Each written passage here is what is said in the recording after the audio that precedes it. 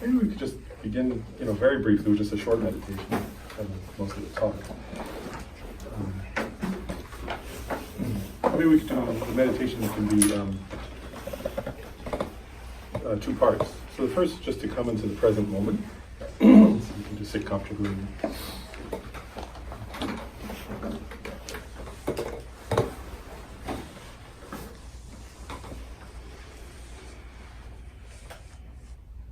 Just for a couple of minutes, we can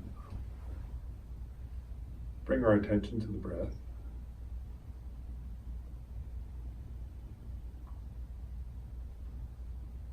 As we breathe in, we're at the present moment sensations of breathing in.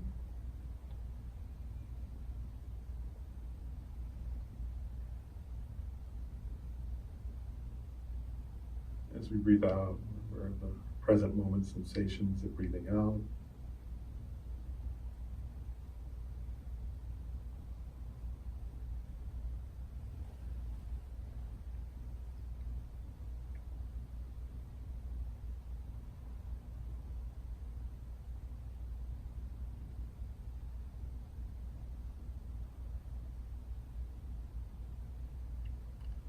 Whenever thoughts, feelings, ideas arise,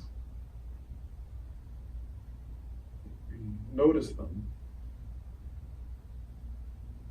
We don't follow them, don't reject them, but just gently bring the attention back to the breath.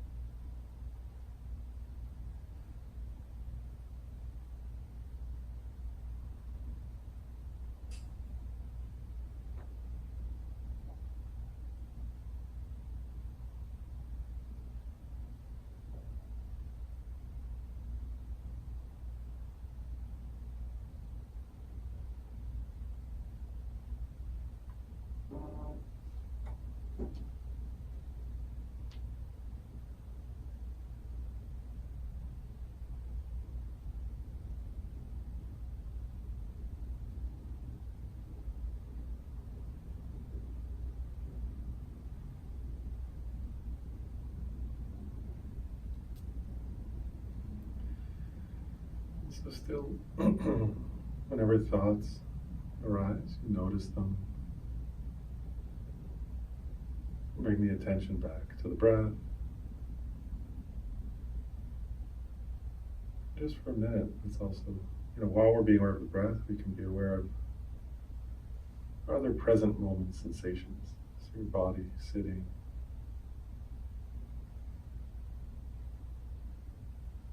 The air, the skin.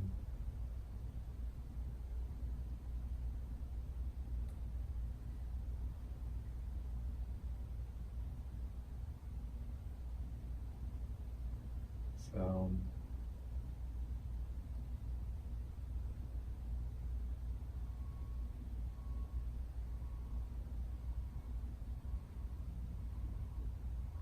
We're just kind of taking a moment to be aware of, sometimes called the symphony of the present moment.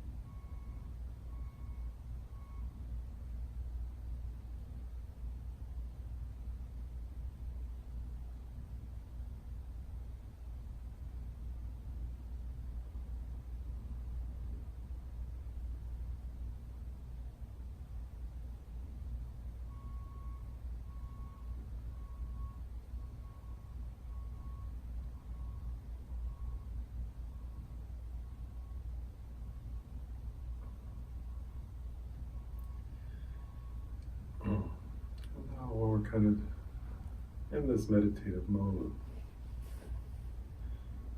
Let's just do a couple minutes of loving kindness practice. So we begin by thinking first of ourselves. Like, so you can think first. So first of all, think the thoughts like, may I be well, happy, peaceful, joyful. And as you continue to think like that, you imagine from the center of your heart a kind of energy or light rays of loving kindness filling your entire body. So it's like a warm, loving energy that has the nature of those thoughts, right? May I be well, safe, happy, peaceful, joyful. And it fills your torso, your limbs.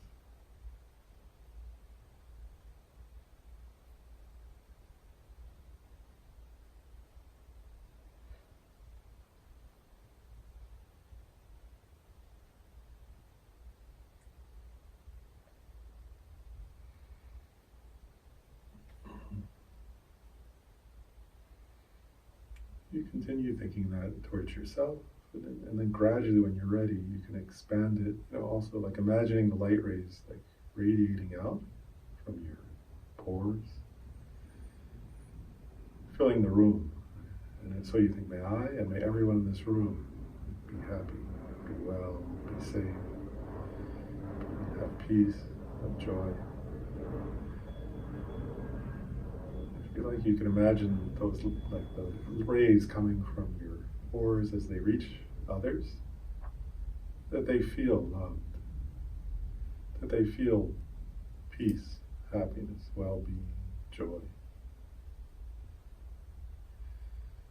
You can imagine that light like surrounding or embracing them, also filling them.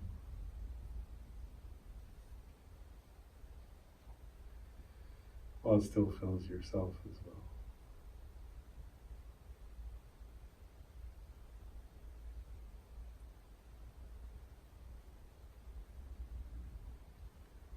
If you want to just leave it there, it's okay. Or if you feel like it, you can expand outward. Like, may everyone in Miami. If you feel like it, you can imagine the light rays radiating out through the city. May all those people, all those beings be well, be happy, have peace, happiness and joy.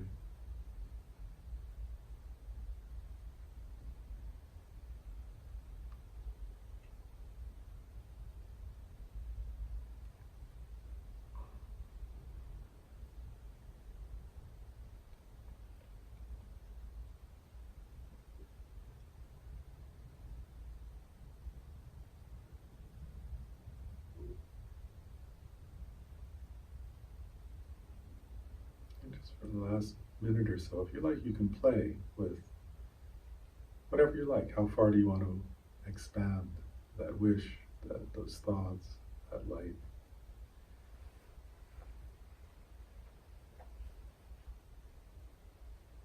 Don't do more than is comfortable, or but you can do the state, you can do the nation, you can do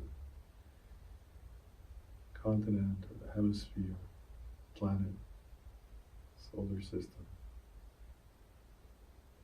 universe, whatever you like. The thought is right. May we all be well, be safe, be happy, have peace and joy. And whoever you imagine that light radiating out to you, imagine them again, like feeling that love, being embraced by that, or filled up with that, and having, joy, peace, happiness, well-being.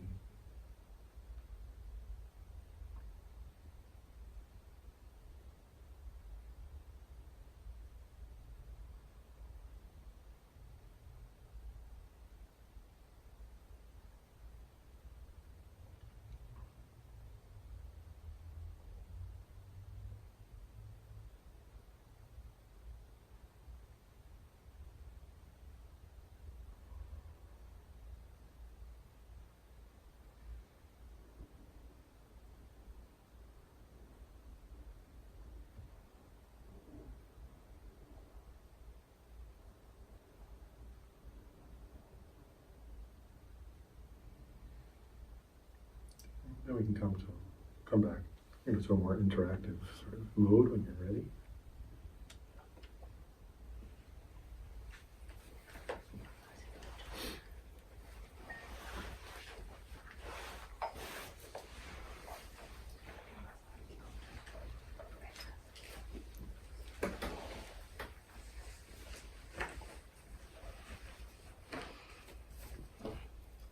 Start, should I say a couple? Oh, is this okay? Yeah, I think we should lift it up a little bit. Oh, I'll let you do it.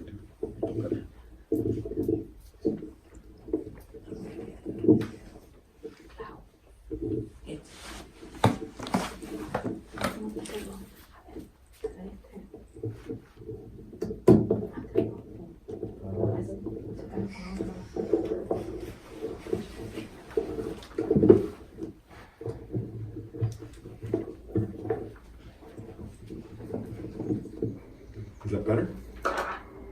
Yes. Or no? Yes.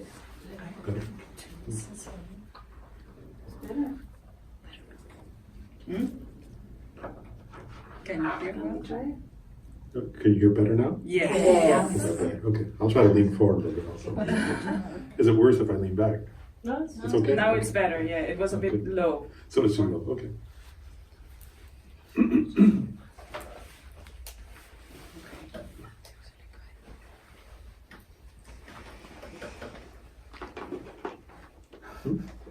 Should I wait or should I keep going? Okay. Okay. See. Maybe I'll start by I wanted to talk a little bit about, we said I'd talk a little bit about joy today, and there's always more to talk about than there's time, and that's okay, but I think I'll start by talking about emotions, right? That's why I was focusing on love there a little bit.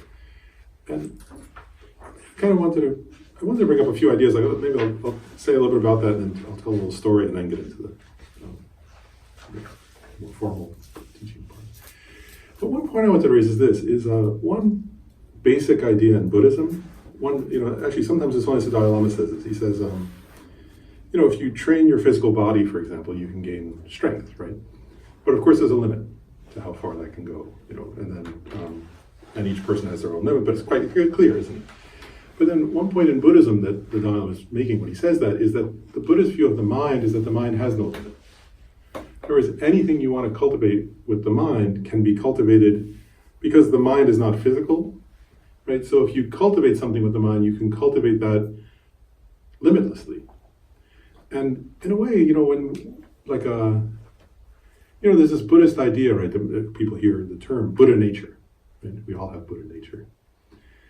And what that means, really, the ultimate, there are many, many different levels of what the Buddha nature means, but probably the deepest meaning of it is that the mind itself is empty of intrinsic existence. And what that really means, the implication of that, is that whatever you see your mind as now isn't what your mind is permanently or inherently, right? So you can develop your mind however you want. And one thing I work as a psychologist, right? And so I've often thought about this because, I wrote a little bit about compassion early on, because what struck me was that, in the West, we have a pretty good idea of how negative emotions can become limitless. And actually, if you think about your own life, actually, you'll know people actually, again, who unintentionally cultivated some kind of a negative emotion. Sometimes we ourselves have done it, until it became so powerful that any little trigger could lead to a humongous amount of it, right? And I sometimes think of two examples of that. One is anxiety, right? We all worry, right? We all get anxious. But then, if you spend, actually interesting, right? If you, nobody does this on purpose, but if you unintentionally were to, I know this from, every week I see people like this, right? They weren't aware of what their own mind was doing, right? So they had a little bit of worry, and then they started ruminating. That's the word in the research. So you start thinking over and over. And there's good research what happens, right? Then you think certain thoughts, and then images start going with them, right? So you start thinking this could go wrong, that could go wrong. Then you have an image of that, right? It would look like this, it'd be like that. And then your body starts to change, right? You start to feel it in your body. Now that have good studies, if somebody ruminates like that, their brain changes, actually. and the neurochemical, certain neurotransmitters, the balance of neurotransmitters in the brain changes. Actually, the brain starts, neurons start to wire together and fire together in that way. And eventually, like, it's interesting, right? A person can develop infinite anxiety. Right? And I see people like that every week, right? So somebody comes in and like, they can't leave their house and they feel like, they really, that's the feeling they have, like the entire universe is crushing them, right? That's a panic attack, actually, a severe panic attack. And then I think, wow, and also like my whole life I've met people who had anger like that, right? Or again, we all can get angry, right? All normal people have some anger, right? But then if you start ruminating on anger, right? And then you start having images, right? So you start thinking, this person's terrible. Right, we all know how to cultivate anger if you want to, right? Then you start thinking about everything bad about the person and nothing good, right? And then if you do that enough, right, you start thinking all these people are like that. This person's like that person's like that, right? And eventually, like a person who maybe started out with some anger, right, they can reach a point where the tiniest trigger and they can become completely enraged, right? And you've met people like that, I think, right? It's not hard to find in the world, people. And actually, if you go around somebody like that, like if you were in a store, right? If you were in a small like store, let's say, and then you come across somebody who has that kind of anger, it's like the whole store feels like it's what you can actually feel there. It's like you feel it, don't you? And again, for some people, it's like what's there? Say it right. Like sometimes I'll talk to somebody and they'll say like the whole world went red. Like that was their experience. Like, and so it's infinite anger. Right? And actually, in at one point in Buddhism, so I used to think this sometimes, like, in Buddhism they talk about different realms, hell realms and hungry ghost realms. But actually it's not hard, like, I don't know, sometimes people don't have, if people don't believe in reincarnation, then that can be difficult. But actually, if you look at your own mind, it's not difficult to understand. Like, in other words, actually, if you read the descriptions of the hell realms, recently I taught on them at my center, and we were going through different hell realms, and I was like, oh, this is just describing different kinds of hate and rage. Like, there's one where the person, what's the word? Like, there are some where it's just rage. There are others where it's like sadistic, like liking. I'm like, well, that's what people's minds become like sometimes. Some people become so, right, where if somebody takes pleasure in causing somebody else pain, that's a hell, right, in a way. Their mind is a hell, actually. And so my point is that we can cultivate, we all kind of are more familiar, actually, because actually the Buddha said, right, if you look at the Buddhist teachings, the Buddha said the first noble truth the Buddha taught was the truth of suffering. Right? And the reason the Buddha taught that first was because that's what we're familiar with. So if we talk about negative emotions, whether it's fear, anger, or again, like addiction, right? Like if you take desire and you make it infinite, right? A person can have infinite, where it's like morning and night. Like it's, some people, right? It's like that, where it never stops. They never get a break, even a moment. It's like hard to get a moment's break from. And we can do that with any emotion. So one point Buddhism is making is that's possible with the negative emotions, and it's also possible with positive. Right? And so I sometimes think that, like, and I'll ask you that, like, if you think of, like, if you ask yourself, have I ever met somebody who had addiction? Or have I ever met somebody who had panic or anxiety problems? Or have I ever met somebody with rage? I think it's not hard to think of, But then I sometimes think, so how many people have you met who have, like, compassion attacks? Or rages of love, right? Where their compassion, the experience of compassion is like infinite, right? Or their experience of love is like the tiniest trigger, and they get overwhelmed with love, right? Because that's how it is with the other, right? You know what I mean, right? Like, there's like, if you work with an addict, right? Just the littlest trigger, right? And it could all come back, But could you imagine, like, if that's your experience with love, like the tiniest impulse, and you get totally overwhelmed, right? But the point is that what Buddhism is saying is that's possible, because that's the nature of your mind. And we know, and part of the Buddha's message, I think it was very skillful, right? The Buddha said the first noble truth is the truth of suffering, because people could look at that and understand it, right? We could say, okay, I'm familiar with the suffering part. Then the second was the cause of suffering. Then there's an end to suffering, and then the path, right? And he put the path last because it's harder to relate to, because we don't have any experience of it yet, right? So the Buddha did it in a certain order to relate it to ordinary people. They actually say after the Buddha became enlightened, he sat for 49 days before he started teaching, right? And he just was like, he thought, will anybody want to practice that path? Can anybody understand that?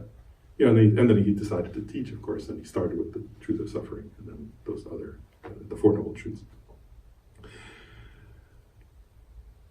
So think, if you think, so what anyway, the main point I'm getting to then is this, is that you can, I mean, the fundamental teaching of Buddhism, what Buddhism's asserting is, if you aren't careful, your negative states can grow and grow, limitlessly. And if you want to, and if you make effort, your positive states can grow infinitely. So that you can go around like that. And that's where then that was going to lead to, I wanted to tell a little story, actually, just because it's about joy. And it's kind of the same, I'll start with, it's a little bit the same point. I was like, working as a psychologist, I often see people who have like, what's the word? Their external lives are what most people would want, but they're miserable. Otherwise they won't come to therapy, of course. Right? So something's wrong. But they're deeply unhappy, right? And so I was very familiar with that. I thought, oh wow, like somebody could have, of course there's no mystery, right? Somebody could have good external circumstances and be completely miserable. But then one day I met one of my main teachers was Lama Zopa Rinpoche, who's the head of the spiritual director of FPMT, the study group Sparta. Oh, there's Lama Zopa. And so Lama Zopa Rinpoche because of Lama Zopa Rinpoche, I met one of his teachers named Riba Rinpoche, who was an elder. He's passed away, but he was an elder Tibetan Lama, a great master, great yogi, lived in caves and huts in Tibet and done long retreats. So he was like one of the close disciples of Pamangpa Rinpoche, wonderful elder Lama, who Lama Zopa Rinpoche was. Actually, one day I took Lama Zopa Rinpoche to see Riba Rinpoche in the hospital. Riba Rinpoche, I'll get to there later, I'll tell more about this, but Riba Rinpoche was having cancer treatments. And so we walked in, I took Lama Zopa Rinpoche to see him, and we walked into the the infusion room in the cancer center, and Lama Zopa Rinpoche threw himself on the floor. He was like so devoted that it was so over. Actually, because actually Lama Zopa Rinpoche is somebody who has a devotion attack in that case. He has love attacks, compassion attacks, devotion. Right? You can see there was how to say it right. Anybody who was there could see it was like this. If somebody else were to do that, you would say, "What are you doing?" But when Lama Zopa Rinpoche did it, it was like the nurses got moved, because you could see the devotion and the love in his heart, because he's like that. But anyway, so when I first met Riba Rinpoche, he talked a little bit about he had been, when all the other, when the Dalai Lama and the other lamas had escaped from Tibet, he didn't get out. He was the communist Chinese army had taken over Tibet. Many Tibetan lamas escaped when the Dalai Lama escaped, but he didn't get out. And he was quite a famous lama, so he was arrested by the People's Republic Army. And they said to him, "You're prominent and people respect you. We want you to denounce the Dalai Lama and denounce Buddhism and say that it's all superstition and that communism is the correct thing and everybody should follow Mao." And he said, "No, of course I won't do that." And so then he told a little bit about that, and then I read this article, an interview with him. And in the interview, he said that he pointed out, and he later told some parts of this to me personally, but so he had been, for 18 years, he had kind of been either under arrest in the kind of Chinese communist prisons, or under house arrest at times, and then he was sort of, I have a picture of him at home that he gave me, where he was sort of being dragged through the streets during the Cultural Revolution. And so he was tortured basically on and off for 18 years. And as many Tibetans were. But the reason why I'm telling his story is he said this point. He said when he was he was sort of in these prisons where many prominent Tibetans had sort of been thrown, and they were in terrible conditions. And he said he felt really bad for some of the other wealthy Tibetans. Like, he wasn't wealthy, he was a monk, but some of the wealthy Tibetans, he said, because they didn't know how to train their mind. They had never learned. And he said, but I had already done retreat, so I knew how to train my mind. And he said this quote, he said, if I told you what they did to my body, you wouldn't believe it. It was so horrifying. And he said, but in my mind, it was pure joy. And I read that, and I thought, what's he talking about? I thought, that makes no sense. How could you have pure? That just doesn't, I couldn't fathom it at first, And I thought, I want to understand this. So I got to know him. I was like, I want to get to know him to understand why, how could he have pure joy? And then I kept thinking about it as I got to know him, and I was like, well, I know people who have the best circumstances and they wish they were dead, So this would be the opposite of that. So in theory, it should be possible, right? But I was like, but still, how's it possible? Again, and I was like, well, according to Buddhism, you could achieve nirvana, and you could. But I was like, oh, but he's a person. Like I actually met him. I was like, okay, how does he really do that? And so I kept wondering that, and then, oh gosh, it's like maybe a decade ago or something. I don't remember the exact time now. But he came to DC. He came to where I was. He had a niece near me, so I got to be quite close to him. He would come every year and hang out with her. And then I sort of thought, oh, I'm missing out because he was in California giving teachings. But then he'd come there and he would just hang out. So we would just hang out. I was like, oh, this kind of worked out. It was fun to hang out.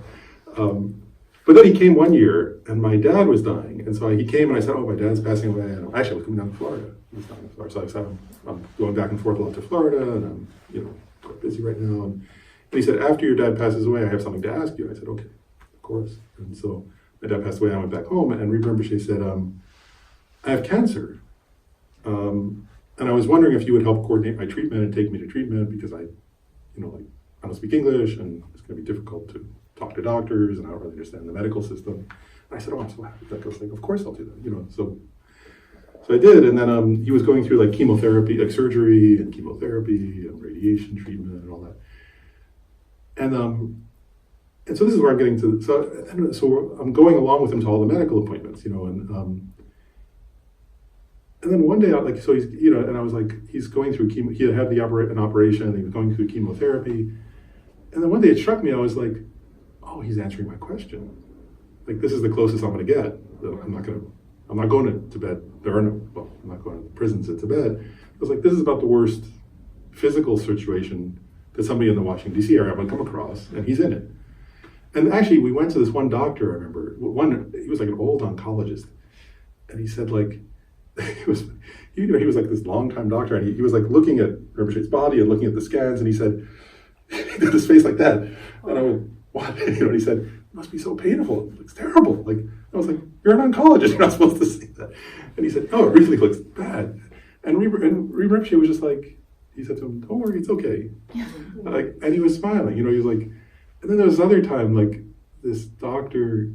I think another elderly kind of, not elderly, but older oncologist came. I remember this one day he said to Rinpoche, you're going to die. And Rinpoche kind of touched him on the face and said, it's okay, dear. And then later he had done all this treatment and then he said, I think you might be getting better. And Rinpoche leaned over and said, it's okay, dear. In the exact same way.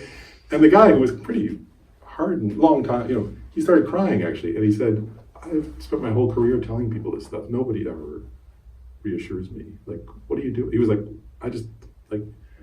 he got overwhelmed, And then I was watching like all these nurses, like the nurses who didn't, and he couldn't speak to them, right? Like he couldn't speak English, right? So the nurses were helping him, but like there have to be translators.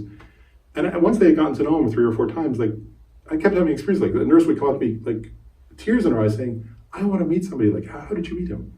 Like, I want somebody like him in my life. And I was like, but you can't even talk to him. How do you know? And I didn't say that. I was like, well, what do you mean? And she said, like, he's so loving. Like, I've never met anybody as loving as him. And like, so one day I'm driving him after an appointment. And I said, I'd always like kind of wondered, how do you have joy? How are you always joyful, even in the most difficult circumstances? And I used to think, oh, it's because you're enlightened. And he was like, you went like this. And I said, but now I think it's because of love and compassion. And he patted me on the knee and he said, that's okay to say. He was like, now you get it. And he's like, and it was funny, after that, he was like, now I can go, he was like, now I can go back to India and pass away. Like, I just needed you to get the point. Oh. And he didn't say it that way exactly, but he basically said that. He was like, now I'm ready to go back to India after that. I was like, oh wow, you really came and answered that question. And my point is like, he's, what's there to say this, right? What he was always saying was, anybody can cultivate, if you cultivate infinite compassion, particularly, then no matter what happens, you'll be joyful. That was his core teaching for me anyway. And he said, I don't know if some of you heard of the practice Tonglen, taking and giving, where you take on the suffering of others and you give away love. And he used to say, that's a practice that will never abandon you. You know, if good things happen, it won't abandon you. If terrible things happen, it won't abandon you. But you have to know how to do it, or else you don't have it, and then you know it won't be there for you in that sense. But that's just a practice of love and compassion. So overall, this point I'm making is, you know, so the key to Dharma practice in a way, right, is to, you know, if we just simplify what does it mean to practice Buddhism? First of all, the point of Buddhist practice is to be happy and not to suffer. That's what the Buddha was. I mean, that was the Buddha's own point. Right? And the key point there is to decrease our, sometimes we call them afflictive emotions, and to cultivate positive mental states. And I want to just say a little bit about that too, because part of the idea is that negative, like these afflictive emotions, right? I want to make a couple points about them. One is they're unrealistic by their nature. Another is they're agitated states of mind. And another is, actually, if you think about it, it's interesting. Afflictive emotions, like, say, anger or something, right? Like, you suffer, like actually, Shantideva teaches about anger. He says, actually, I mean, he teaches about anger. I'm using that as an example. Actually, you're unhappy. Nobody who's happy becomes angry, right? Like, in other words, you have to at least have a moment of unhappiness. Usually it's longer than that. He says, he has a quote, Shantideva. It's Buddhist psychology, right? Where he's saying, mental unhappiness is the fuel for anger. And it's the fire of anger grows from the fuel of mental unhappiness. So if you think about, I'm just picking you can pick any mental affliction, I'm just picking anger as the example. So in a sense, where does anger comes from unhappiness. Then the very nature of anger is that you can't be happy, right? If you get really angry, you can't eat, you can't sleep, right? You have no mental peace at all. And then they say, and then of course and then the result of anger is also, you know, actually, because like for example, if you want to, you can do your own experiment, right? Go express a bunch of anger to your partner or to your children or to your, and then see what the external result is, right? It's not going to be, oh, this is great, you know, I'm so happy to be around you. So like anger comes from unhappiness, its very nature is unhappiness, the short-term result is unhappiness back at you, and from a Buddhist perspective, the long-term result is, well actually, the long-term result, I'll say first of all, one long-term result is you tend to get angry again, right? Because of this thing of cultivating, right? So the more you get angry, and it's true of any emotion, right? Then the more it'll be easy to get angry. Then from a Buddhist perspective, also the karma of anger, it continues on and on in future lives and leads to more suffering. So, and that's true of all the afflictive emotions, is my point. So they all distort, right? And, you know, with anger, it's distortion in the sense of like you can't see any good, right? Really everybody's a mix, right? We all have our mixture of good and bad. When you're angry, actually, if you ever seen like when you get angry, even at somebody you like, if you get angry at them, then you can't remember what you like about them, really. It's quite hard, isn't it? And if you can actually start to remember what you like about them, your anger starts to decrease. So we know anger distorts, right? Same thing, like, what's the word? Like, you know, craving, right? Craving distorts in the other direction. With craving, you can't see what's negative about the thing, right? You only see what's good about it. So they're distorted and they're agitated, right? And part of the point with the positive emotions, they'll call them, right? The positive emotions, let's say, like compassion, is it's realistic, right? And also, it's love, compassion. I'm using those as the examples. They're not agitated. Their nature is so. Actually, they come from a kind of positive place in us. They're healthy in the present moment. They lead to good interpersonal results, and they lead to good long-term. You know, one kind of good long-term result is you get habituated to them. Another good kind of long-term result is it creates positive relationships. Another is it creates positive karma from a Buddhist perspective. So the point being, the negative emotions come from suffering and make you suffer more. And these positive mental states are ways of creating happiness, well-being, and joy. And in a way, that's the most fundamental Buddhist teaching. You know, like, I don't make this point, like, because sometimes people have all kinds of, myself included, like sometimes I have like ideas, like, I remember once I was like starting like a retreat. It was going to be like a month-long meditation retreat or something. And I had some idea, like I should have like, I wouldn't have said this out loud at the time, to be honest, but I kind of in the back of my mind, I thought, it'd be nice if I had some kind of visionary experience or something, enlightening experience. Wouldn't that be cool? It'd be kind of cool, or at least some good dreams, something should be like neat, it should happen or something. And and the teacher I study with the most right now, like Guhyasamaja Rinpoche said, he said, the only sign of a good retreat is if you have less negative mental states and more love. He said, if you come out of retreat being more loving, then it was a successful retreat. If you don't, then it wasn't a successful retreat. If you have less craving and pride and jealousy, then that was a good retreat. And if you don't, then it wasn't successful. And it helped remind me. I was like, okay, I should remember that. But the point is, like all Buddhist practice, that's the point of it. And if it's not leading to that, then it's not really practice. It's not working.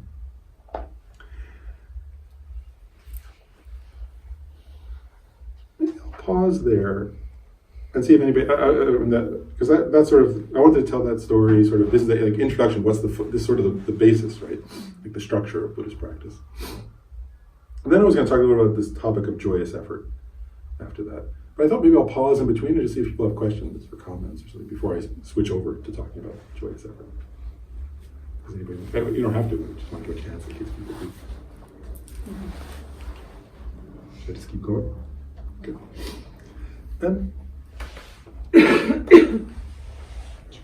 so I'll say a little bit, joyous effort has different, joyous effort is one of the 6 perfections. Right, so, and the 6 perfections are emphasized in the Mahayana Buddhist tradition, and they're the 6 main practices of bodhisattvas, right? And so, what's a bodhisattva? Do most people know already, or should I say? I don't know if you've already heard that. I'll say. So, a bodhisattva, like the idea is a Buddha, right, is somebody who's fully enlightened.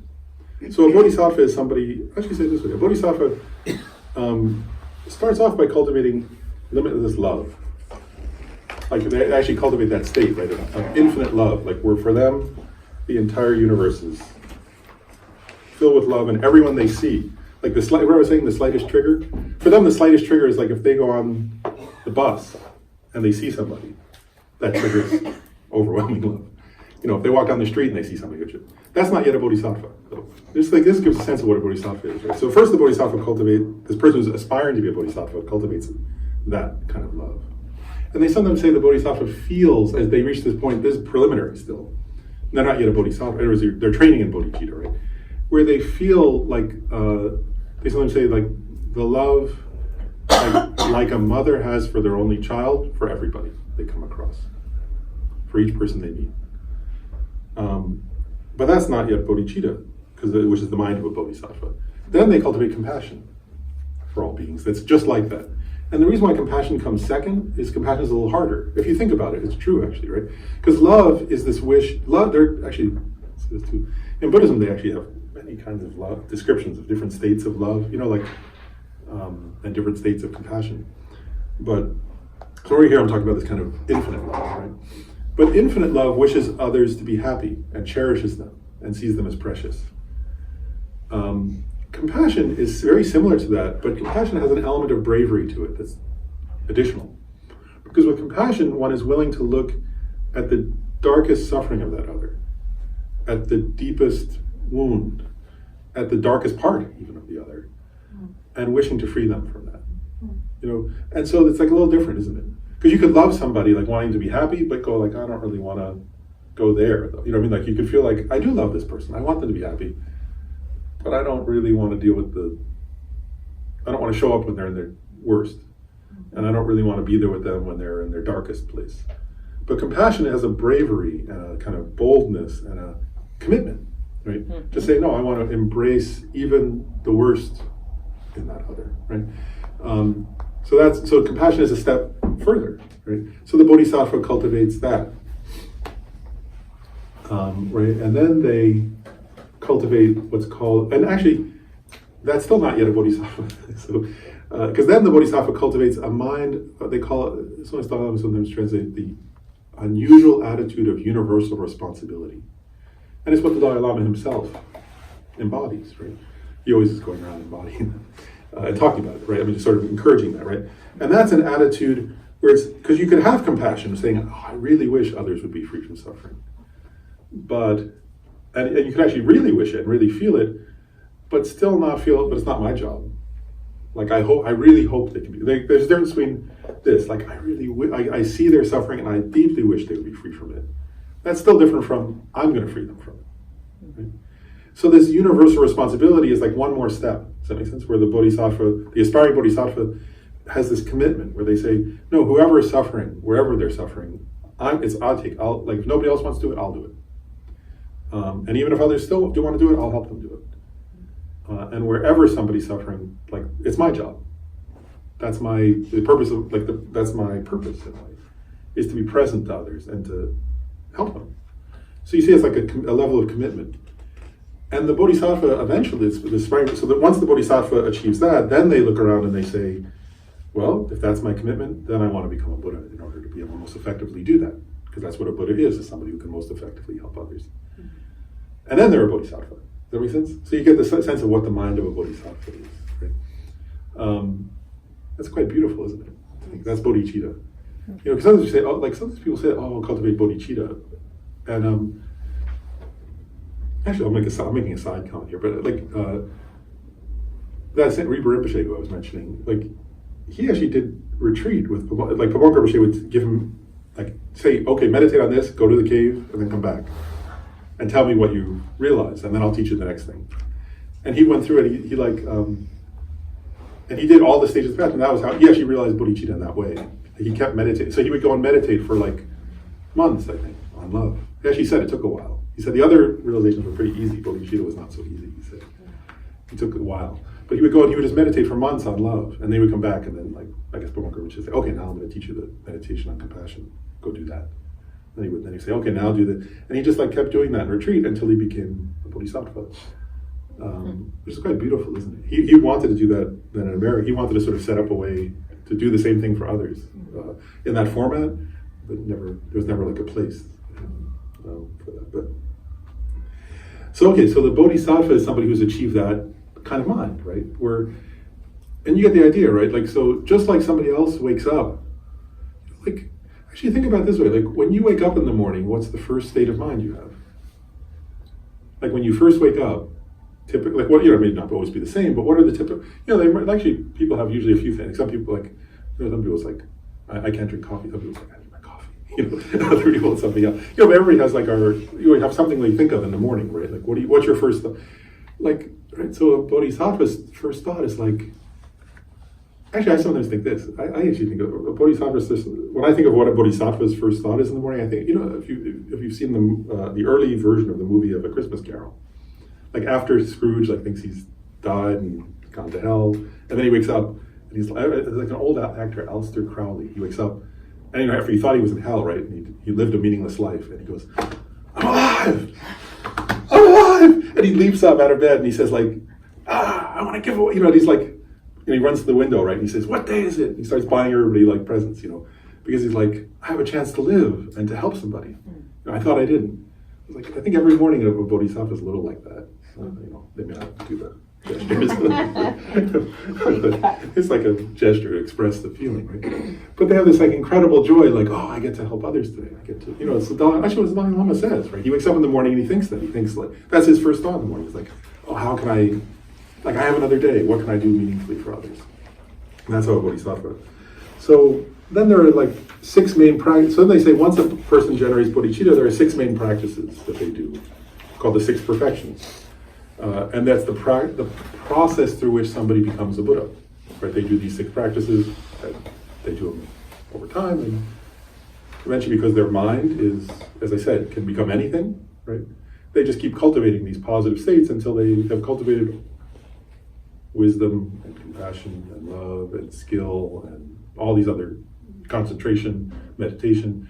They cultivate all those things until they're all perfected, actually. And that's what a Buddha is. Somebody who's cultivated all of those things to an infinite degree, you could say, to their perfection.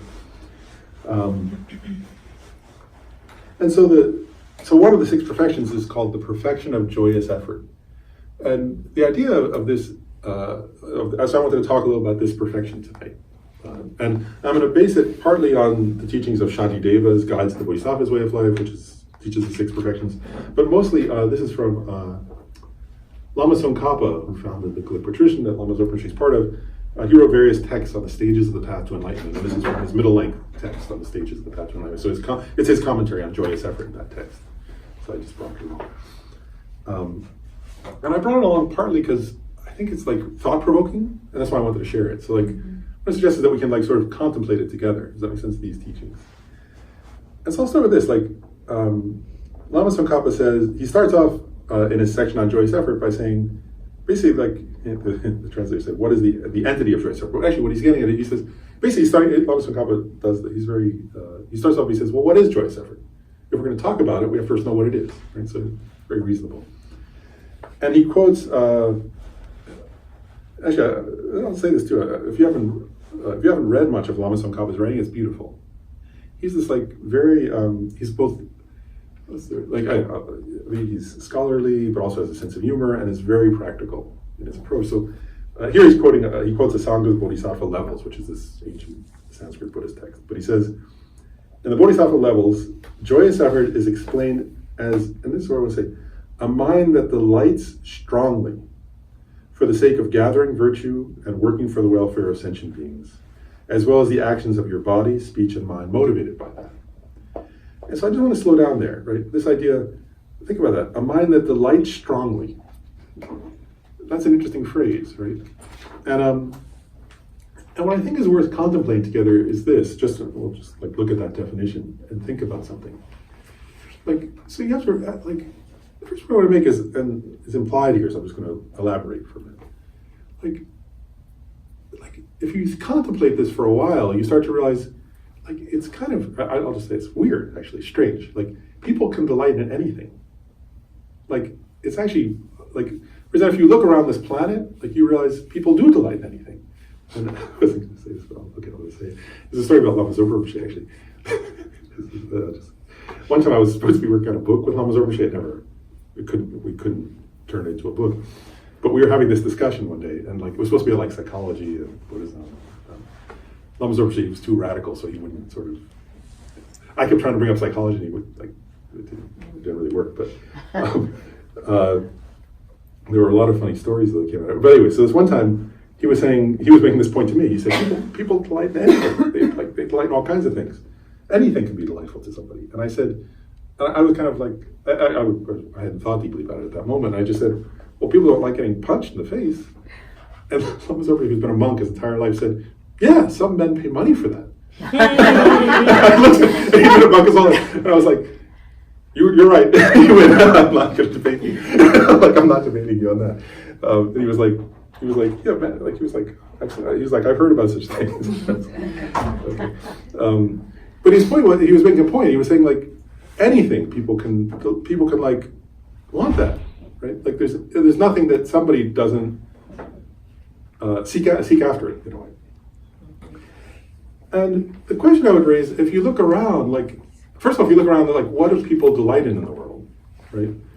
And actually, if you think, and part of the point that Lama Tsongkhapa is getting at here is what you delight in is what you'll do, right?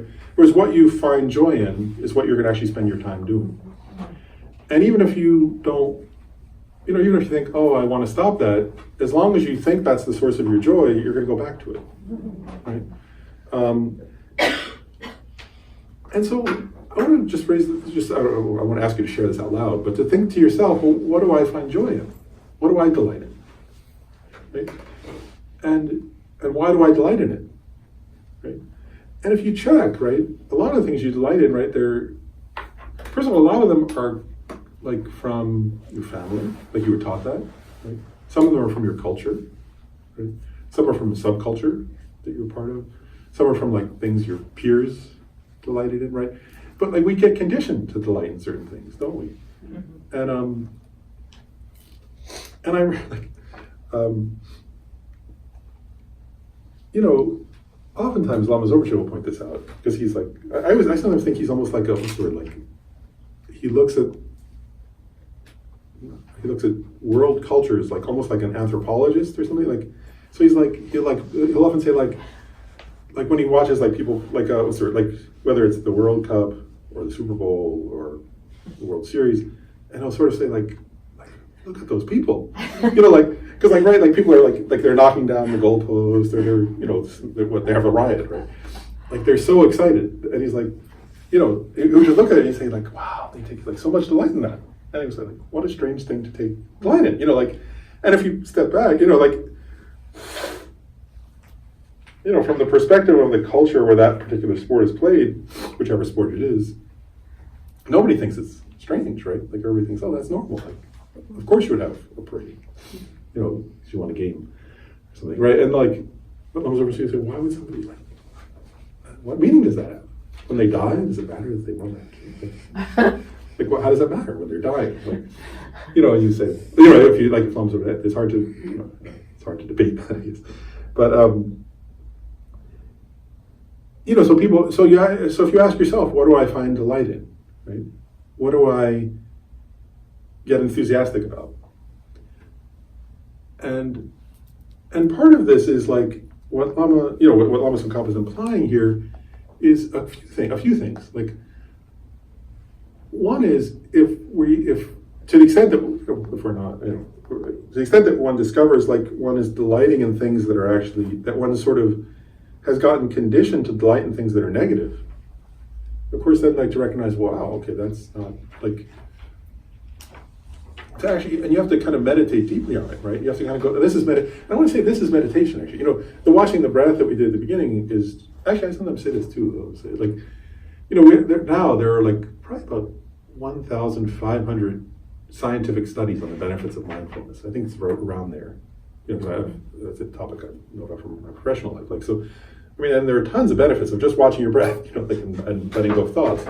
And they've shown it helps with like cardiac health and stress and anxiety, relapse from depression, pain management. I mean, there are tons and tons of benefits. From a Buddhist perspective, that's like a warm-up. I sometimes say that's like stretching before you do a sport. Like, so from a Buddhist perspective, you know, the mindfulness of breathing is to bring you into the present moment, to make they actually say to make your mind serviceable, like stretching it out, so that then you can do something constructive with it.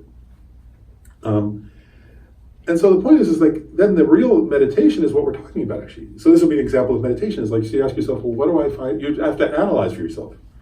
What do I find delight in? Right? And then you would ask, are those things honestly, if I'm honest with myself, which is hard, because if you find delight in it, you won't want to be honest with yourself, right? Especially if it's negative or neutral. Because you have to ask yourself, is that a negative thing that actually causes me suffering? Is it a neutral thing that doesn't really cause happiness or suffering in the long run, I mean? Or is it positive and constructive? And I guess I'll say this, if you find delight in it and it's positive, it'll be easy to admit that to yourself. You'll say, oh yeah, I like that and it's positive. And you'll know, right? But if it's neutral, you'll be hesitant to admit it to yourself. And if it's negative, you just won't want to think about it. Right? So, I'll think about that later. Because you don't want to admit to yourself, of course, that you delight in something that's causing you suffering.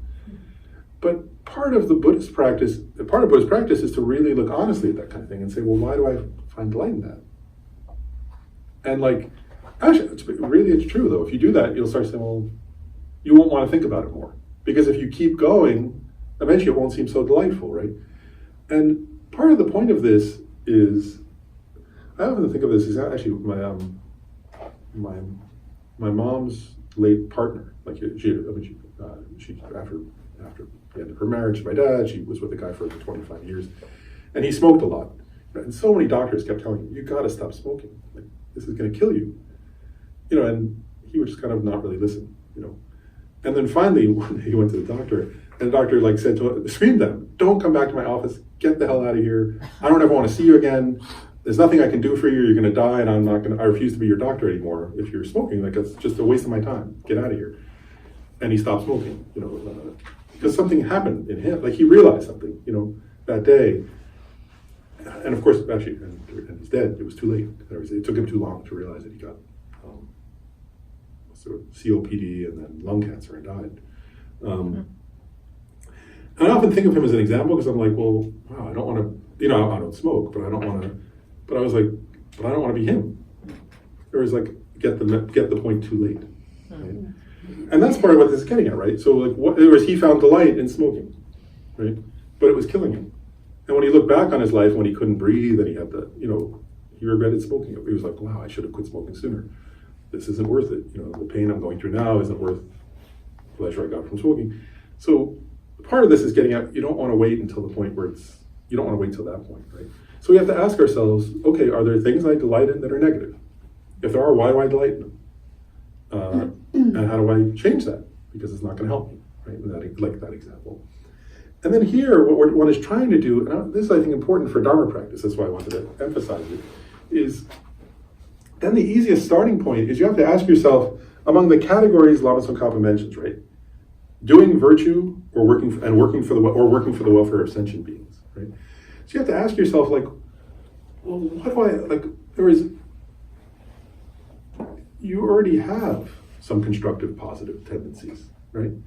So you have to ask yourself, what are those and how do I work with them and use those, right? Because, if you're going to try to do something that's not who you are, and that sort of is this way stretch, like that's not going to work, actually, right?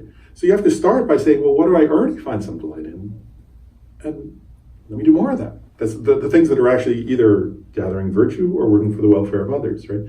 And everybody's different, right? Like some people, and I often think that, like, I was reading this book recently about love. It was actually a beautiful book about love, but it had these different examples, of people who had lived their lives in these very loving ways. I went into very great detail about them. But I was reading about, like, one part of it was, I remember this when I got to the part about Mother Teresa. I was like, oh, it's so beautiful. I was like very moved by it. And then I thought, wow, I couldn't, like, that would not be me. Like if I tried to do that, it would be totally, like, I'd be thinking, like, I don't really want to be here. Where else can I be? I was like, I couldn't do it in the way she did it. And then I was looking, I was like, oh, but this other person didn't do it the way she did. Like, they did it this other way. And that was their expression of love. And it was like all these different people who would express love in these very different ways. Like, some of it was through forgiveness and some of it was through, it was all different, some of it was all different ways.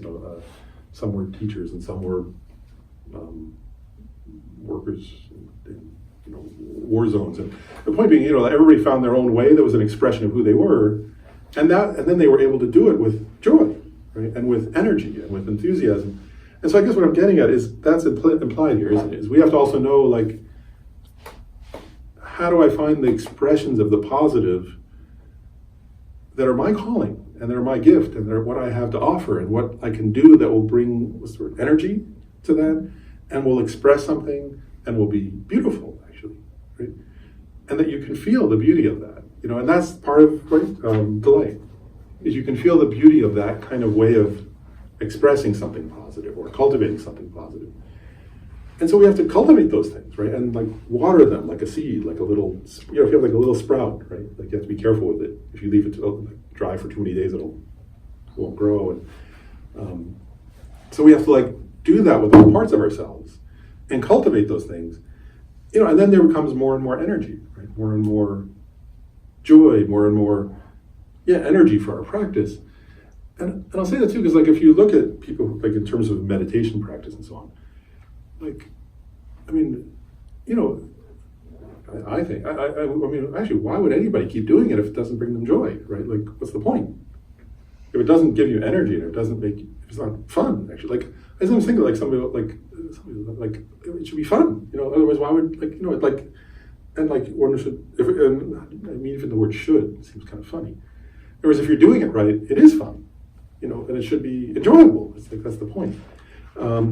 So that's what Lama Tsongkhapa is getting at here, right? He's saying joyous effort is a practice, and then one learns, right? Just like, and then you sort of learn through practice, right? Like, so one is you try to face honestly the things you delight in that are destructive, right? Then you find the things you delight in that are constructive, and you water that. And then part of the practice here is then you start to you have to contemplate, well, are there other things that I don't yet delight in, but that would be wonderful to do, and you have to check, why would I do that? And a lot of Buddhist practices, actually, if you study them, it's actually the way they teach it oftentimes is they're describing they're trying to, like Shantideva, if you read his book, The Guide to the Bodhisattva's Way of Life, he's describing how a bodhisattva lives, and what he's doing is he's saying he's describing the power and the beauty of that kind of lifestyle, a lifestyle grounded in love, a lifestyle grounded in this kind of creative compassion, and going out into the world trying to express that and trying to embody that and trying to cultivate that. and he, and part of that is like he's trying to explain it to us so that we can, because nobody's going to do it unless you see it, unless you see that. There's one point in there, I was looking at it, actually on the flight today, I flipped it open at one point, I was looking, and he has this, it's actually interesting, I'm sharing it because I think it's very much, you can, the culture he was in ancient, he was an Indian teacher, right, from the London monastery in India, and so, not Tibetan in other words, and Indian culture had something in common with our culture, this culture now, because in this book, there's a point where he talks about, he uses a military metaphor, and he says like the people who overcome their own negative emotions that we're talking about, these destructive emotions, right? He says they're the real warriors, and then he makes this point, which I think is almost like in a militaristic culture like ours, which his was too, it's almost sacrilegious. He actually says, because external soldiers, all they're kill is corpses. He says like, these people are going to die anyway. Like, you killed somebody who was going to die, so what? Like, everybody's mortal. Like, he's like, and actually it was today, actually, I thought that. I was on the way to Reagan National Airport. And on the way to Reagan National, you drive, like, the route I took, you go by Arlington Cemetery. And I was just looking, I was like, it's like a forest, like a humongous forest of just these little slabs, right? These little tombstones. I was like, and they were all mostly young people, like, just as I was driving, I was just like, oh my, it was like horrifying, And part of what he was saying in this book, Shantideva, is he's saying, he keeps using these metaphors actually. I mean, that metaphor, because he's saying like his culture was like ours, where like people are like, wow, like, you get up early, like actually, because sometimes I talk to like guys who are in the Marines, right? And they're like, I get up early and I'm running in the mud and I'm, and what he's saying is like, he takes those kind of, which in our culture is glorified. And again, I'm not trying to put down Marines, I have some friends with me, but what he's saying actually is like, that's not meaningful. Like, you're just going through all this hardship to learn how to kill somebody who's going to die anyway. How is that meaningful? It was just somebody else's kid. And he's saying like, that's so much sacrifice and so much work and so much, and in the end, there's no meaning to it actually. That's what Shantideva is saying. And then he's saying, whereas if you overcome your mental afflictions and you become a bodhisattva, that has ultimate meaning, right? Because then, actually, because then the goal actually there is not to, first of all, it's not to conquer somebody else, right? Because actually, and he says this point, he says, if you conquer somebody else, actually they'll just come back and want to fight you again, right? They'll regather someplace and then they'll come back, which is true historically, isn't it? And then he says, but he makes this point, he says your mental afflictions, if you conquer them, they have no place else to go because they only exist in your own mind. They can't go gather somewhere else and come back. Mm. He says if you conquer them, it's the one battle that's a permanent victory. And that victory is enlightenment itself. Interesting point, I think. Anyway, he's raising this point. But so what he's getting at in a way is like, he's making this point, he's really getting the same point. What do you find delight in? What do you value? What do you think is amazingly wonderful? Actually, one day, I'm jumping around, but one day when I went and picked up Rinpoche to take him to the oncologist, like I'm not a morning person really, and so it's quite early. And I had to do, because I had to go and take him there and have him get treatment and then take him back home and then get to work in time. So it was very early for me. And he looked at me and he said, you look tired. And I said, yeah, I'm tired, And then he said, isn't it so cool though? Like you're tired and like you're doing something out of love. And he said, there are all these people who are like up early and like really early and tired because they want to kill some animal or because they want to kill some person. He said, they're up early, like the soldiers are up early to kill people and hunters are up early to kill animals. And you're up early because you love me, but you didn't say that, but he said out of love, And he was making the same point that Shantideva was making, right? Like, what do you delight in, right? And is it love or is it not love? And so, so we all have our things that are not love also, right? And we have to identify what are they and be honest with ourselves. And then, Then Lama Tsongkhapa goes through three types. He calls them 3 types of joyous effort. Or 3 types. So that's what he calls them. And I'll go through them. the first one, and actually he's using, and it comes from the Buddha, he's using also a militaristic metaphor. I guess that's why I'm using it. I think that's why he says they're armor-like joyous effort. But there's a point to that, and I'll say what it is. Like, armor-like joyous effort is what you do before you start something, like a project or an effort, out of love or out of compassion or out of this kind of thing. And what he's getting at here is this. Actually, the metaphor is this: is you have to put on armor before you go into battle, right? Like modern soldiers use what's called body armor, right? That's what they call it.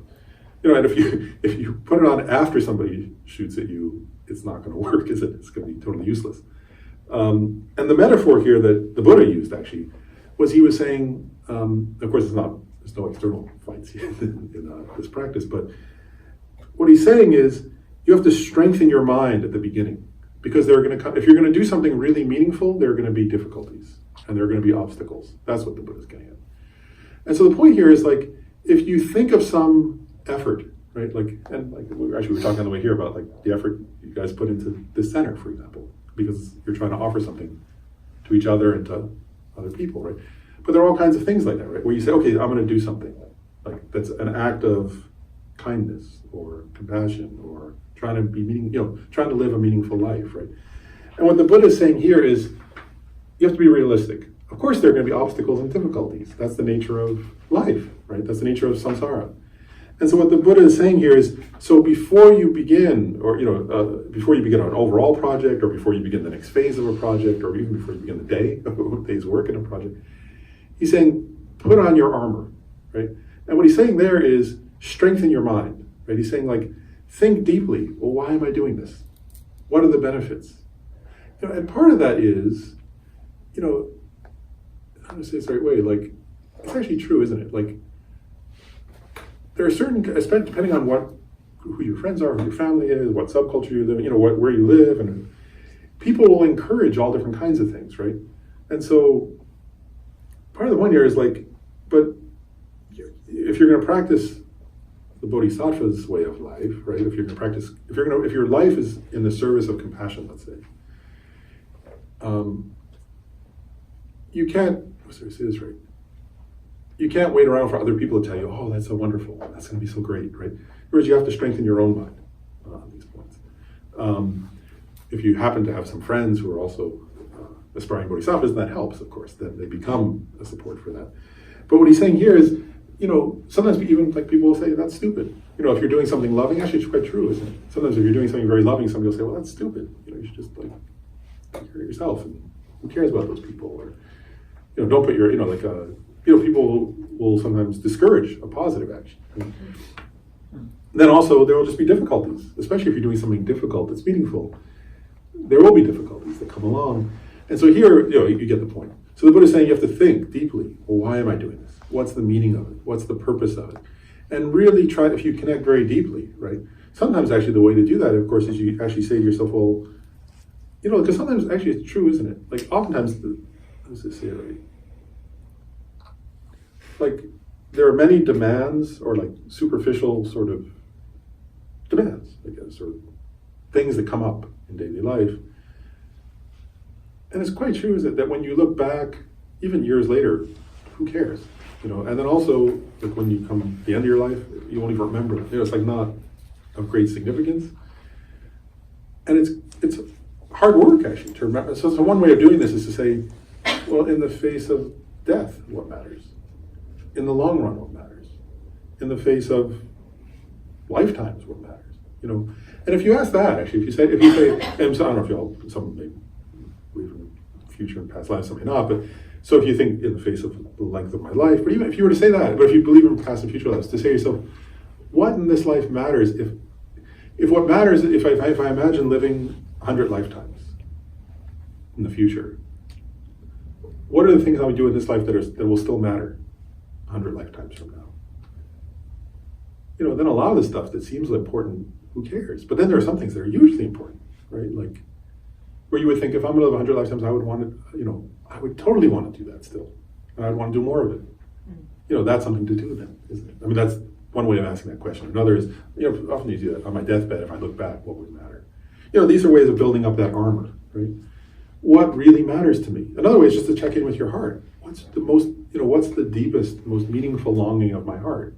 And am I spending my day today doing that or not?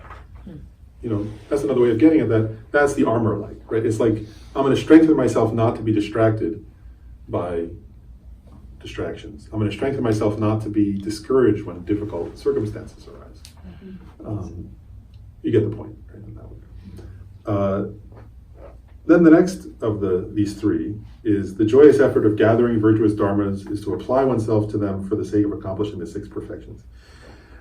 And I want to say something there too, because this is going to connect to a number of these.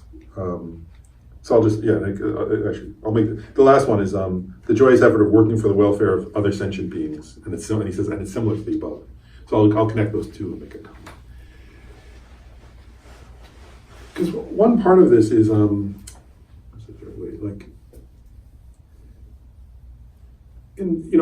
he's saying applying oneself to the six perfections. And part of this, I told that story, right, about how Rinpa Rinpoche did like one practice and then another and then another, and then he became a bodhisattva, right? He realized bodhicitta. And part of the point that Lama Tsongkhapa here is getting at is, sometimes we have this we have a very limited view of ourselves, actually, oftentimes. We think, I'm like this, so this must be who I am.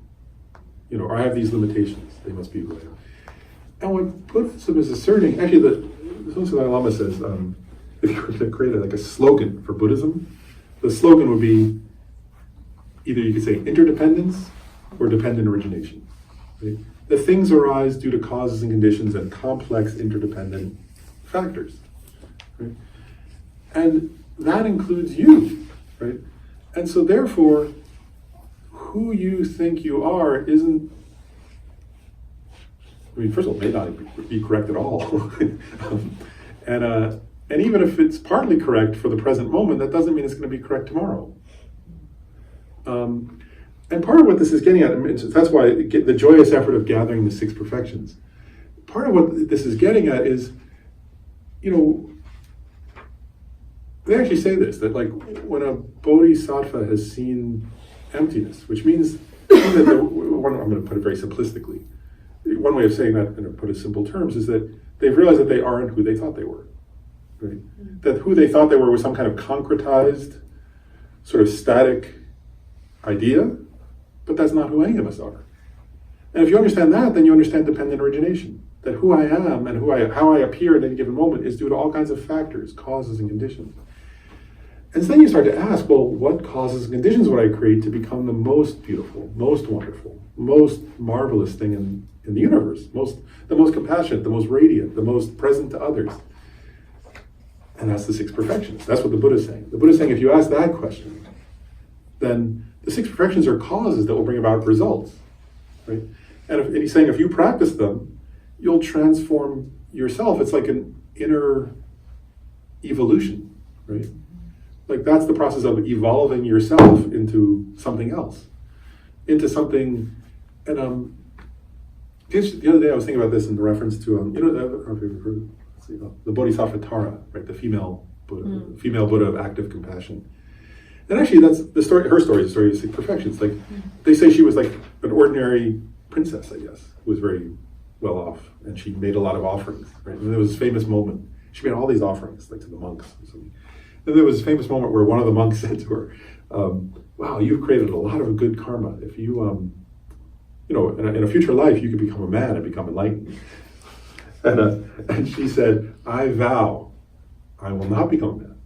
That I will be a woman when I generate bodhicitta. I will be a woman the entire length of my practice of the bodhisattva's way of life. And when I become a Buddha, I'll manifest as a woman."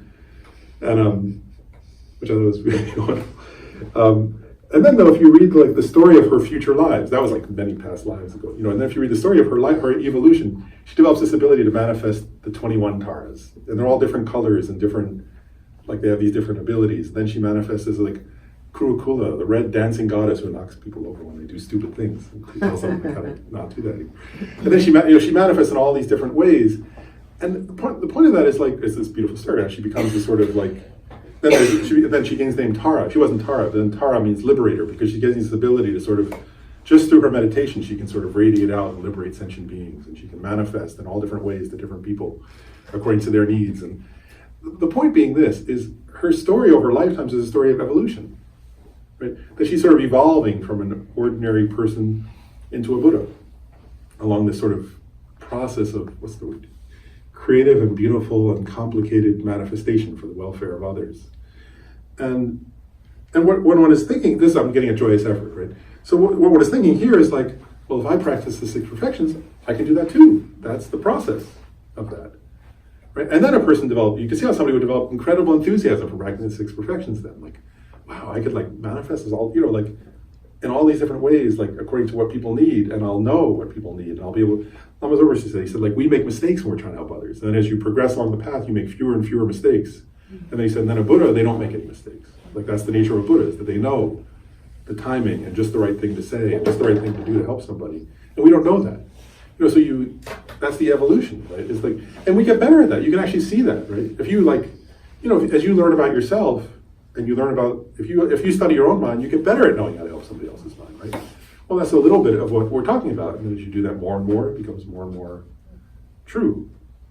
And so that's how you gain this enthusiasm, right? Where you think, well, wow, I get to practice that. Cool, like how fun, and then you read like all the different benefits of one perfection, another perfection. You think, oh, well, if I do that, then this will be the result, and then I'll do that. And then you start to see by doing it. And that's what they say bodhisattvas do. Like, so they practice something and then they gain more ability. And then they gain even more enthusiasm. Like, oh, I can do this now to help others more. So I want to do more of that. And that's the process of joyous effort. Does that make sense? It's just like, what's the word? Like a snowball effect of enthusiasm in practicing the causes to bring about the results. But if you have some idea that you're permanently limited, then of course you don't have that enthusiasm. And that's what Lama Tsongkhapa goes into next here, where he says,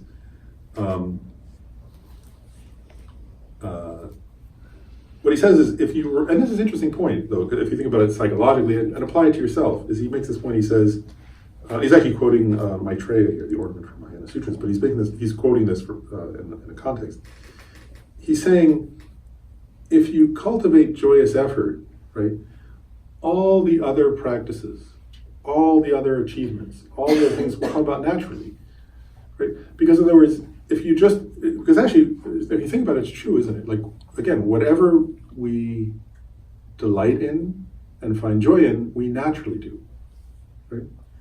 And so if you start to find delight and joy in things that are enlightening, then you become enlightened, right?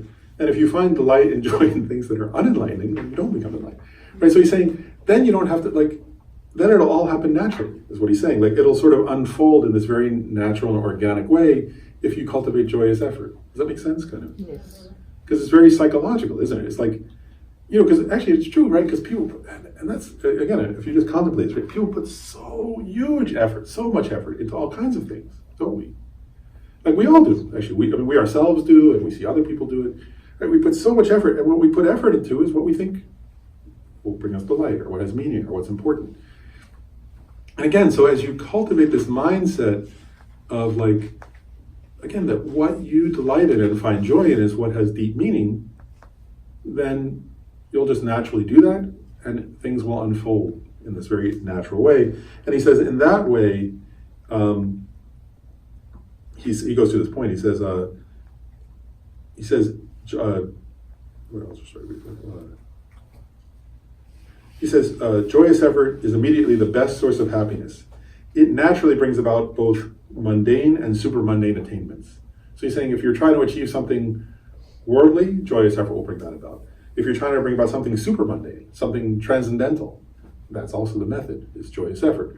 And then he's making this point. He's saying, whatever goal you have, if you want to realize bodhicitta, joyous effort will bring that about. If you want to realize emptiness, joyous effort will bring that about. If you want to develop deep meditative concentration, joyous effort will naturally bring. And actually, it's true. People who try to develop deep meditative concentration who don't enjoy meditating, of course, then I remember once my sister, when she was young, went to this high lama, and she said to him, "I'm thinking of doing a retreat." She and a friend went, and the lama said to her, "Well, that'll be like a prison for you. You know, like, why would you want to do that? Like, they put people in solitary confinement. He had spent years in retreat. He's like, but he could see, he was like, you're not going to enjoy that, so why would you do it? Like, you'll just be wishing you were somewhere else. That's not meditation. You know, like, right, he went off to a cave and meditated because that was joy for him, right? And he was like, until you feel joy in it, don't go do it with some romanticized, you know, she was young and meant well, actually. But she had a kind of romanticized notion of what that was. And he was saying, you have a romanticized notion, but you don't actually enjoy meditating, so why go off to a Himalayan cave to meditate, you know? And then he said, well, maybe you could go for like a week and you'll enjoy that or something. And then she did. She went to Laudo, actually, almost up in his home village, and did some retreat there, but short, because then she could enjoy it. Then Lama Tsongkhapa quotes another. He says, for one who has joyous effort, there is nothing that cannot be attained, and there is nothing that can't be accomplished. Okay? And that makes sense, isn't it? Like, and that's true even in the world, isn't it? Like, somebody who's really, what's the word? Somebody who has great energy for something, well, it's very likely to achieve it. If you don't have great energy, and also if you easily give up, right? So you have to have this kind of courageous attitude that doesn't back down, and it doesn't stop, because you see the benefit, right? You get the point. Okay, and then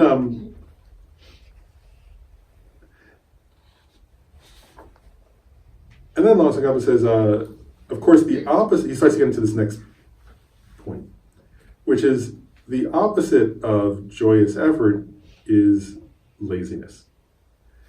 And now I want to talk a little bit about laziness. And one thing I really think is interesting here is, you know, I think sometimes the word laziness, sometimes people might take, like, now it's not, because from a Buddhist context, I have some Buddhist associations to that, but in general, right, if you say laziness, sometimes you have the mental image of somebody just kind of laying around, like lack of energy. And from a Buddhist perspective, that's only one of many kinds of laziness. So Buddhism says that's not the only version of it. So, and from a Buddhist perspective, for example, you can be incredibly busy and be very lazy. And what they mean by that is this, it's a kind of spiritual laziness. Whereas anything that stops you from doing what's meaningful and what has ultimate meaning is laziness.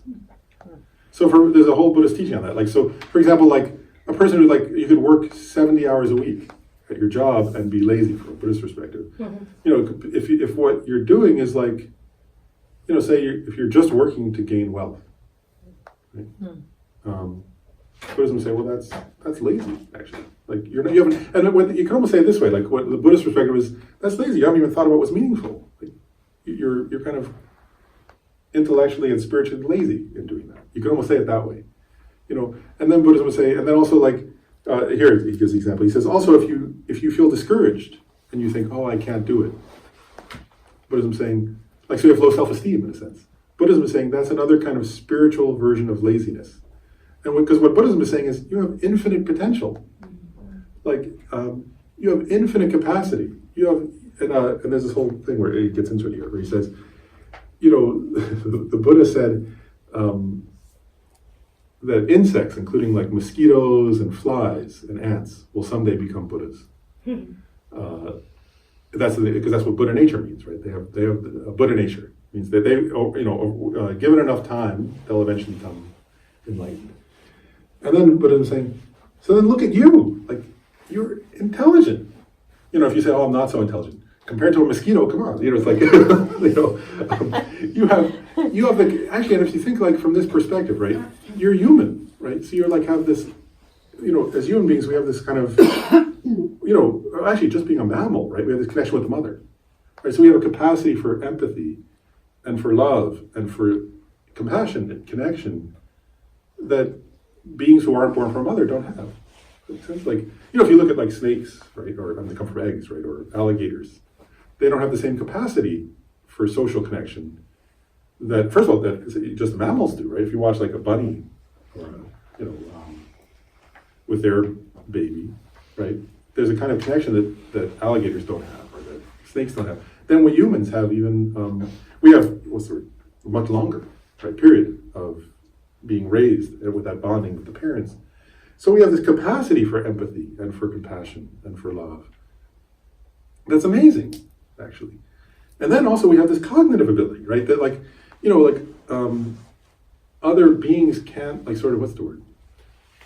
It's like we can contemplate our own current state of being and then change it intentionally, right?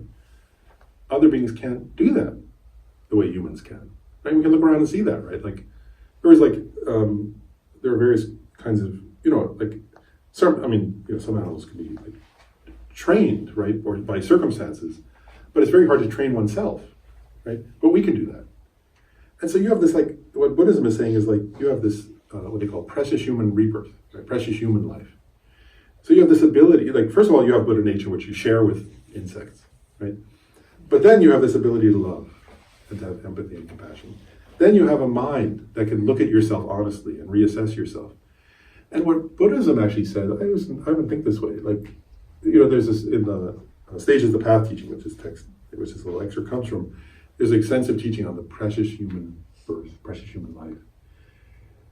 But if I put that in other words, what Buddhism in a way is saying is, like, everybody here has, from a Buddhist perspective, that you have, like, the life form, or the sort of, life form, let's say, that with the greatest amount of spiritual potential that exists in the universe. That's actually the Buddhist view, really. And actually the Buddhist view really is that you particularly do. Like, and sometimes actually in Buddhism, so people who are, like, that's actually the Buddhist worldview of you, like, is that you're somebody with an infinite amount of potential. All beings have an infinite amount of potential, but you particularly do, because you're a human being. And then also being a human being on this planet.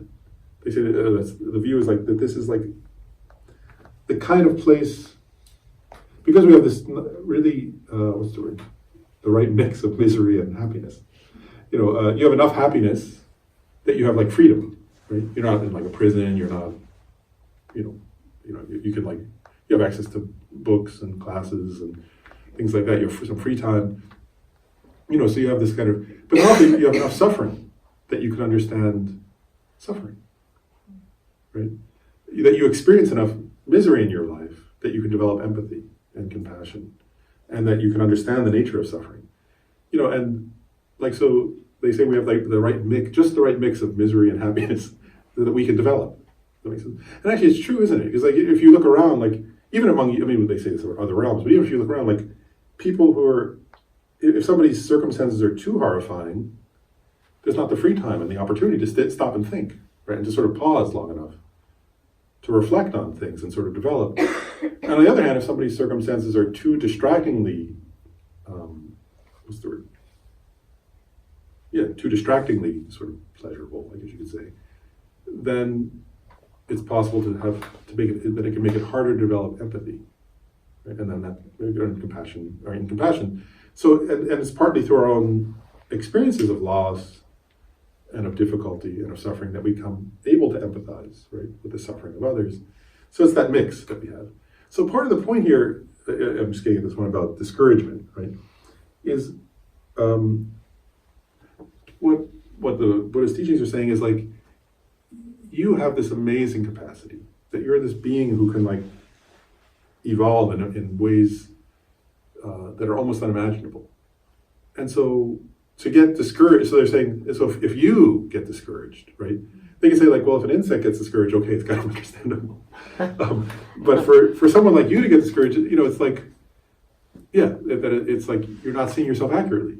It's like somebody who, actually there are these metaphors in the Uttara Tantra. It's like a text on Buddha nature, one of the most famous texts, right, on Buddha nature. It has a series of metaphors in it, and it says like, there are metaphors explaining Buddha nature, and there are many like this, but one of them is like, it's like a person who lives in a kind of rundown shack, and under the floorboards is like a chest full of diamonds and gold, and jewels and so on. And they never know, like, they don't realize it's there, right? So they're like lamenting, oh, I'm so poor, and there's like, but they have all the jewels right there. They just have to pull up like one board, And in that text, what the text is saying is, that's you. Like when you feel down, that's you. There's another metaphor in there. It's like where you see like a bunch of dirty rags, like with grease on them or something. And inside them is like a Buddha statue made of gold. and if you were to look and say, oh, those rags are so gross, then it's saying, well, just pull off the rags. It's right there, and it's saying that's who you, and part of this is saying that's who you, what the teachings on Buddha nature is saying is those metaphors, and there are others in there, are metaphors for your state of being. Does that make sense? Mm-hmm. That's the Buddhist view of who you are, in a sense. Is you're somebody who, has the rags or the mental afflictions that you still have, but underlying them is this golden Buddha statue. It's a metaphor for this capacity to be a being of infinite love and compassion. So anyway, so Lama Tsongkhapa goes through these points. He says, so he's going through, I won't go through all of them because we have a little bit of time, but one version of laziness is procrastination. So that's one where, so there are all these different versions, right? So one of the versions of procrastination is, I'm so busy doing other things, I don't have time to really practice, right? Again, which we would say, well, that person's not lazy, they're so busy running around. But this is saying, no, that's lazy, right? And the antidote to that laziness is to think deeply and honestly about your existential condition, right? To think about what matters really, what's really important. And to ask that question more and more deeply, and if you do that deeply enough, then the person who's that busy ends up like Scrooge on Christmas morning, what I was saying earlier, right? He was an example of that, right? He'd been so busy, but hadn't done anything of any meaning, right? That's what that story is. So that's an example of that, right? Then there is the, he goes through a whole example. Like, there are other ones where the person's like very busy, not with work, but with like, sort of, not, I guess he says idle chatter, but it could be like sort of video games or social media, or right, where our mind is caught up in. Again, there are infinite versions of what's not meaningful, aren't there? And we know that. This is not like some deep, complicated point. It's deep in one way, but if we sit with ourselves and are honest and ask ourselves these questions, Lama Yeshe wrote that book, or they edited a book right by Lama Yeshe called "Being Your Own Therapist." Right? This is like that, right? So you have to sit down and talk to yourself, right? And actually, I want to make a point there too. Like, you talk to yourself with compassion, right? But like I'm a big proponent of self-compassion, right? But by self-compassion here, it doesn't mean like, oh, poor baby, everything's fine, right? If you're compassionate, you say, like, a compassionate person who loves somebody, you say, you're fine. You have you're wonderful, but what you're doing is stupid, and like, come on, you can do better, and I love you and I want to see you do better than that, and if you're wasting your time on this, you're worth more than that, right? So you have to like practice talking to ourselves. We have to practice talking to ourselves in that way, like, stupid is a little strong, but you get my point. It's like, you're wasting your time. Don't waste your time. You know what I mean? Like, there are things that will bring you more joy than that, right? And so when we have distractions like that, we have to face honestly, what am I doing and why? And then we have to help.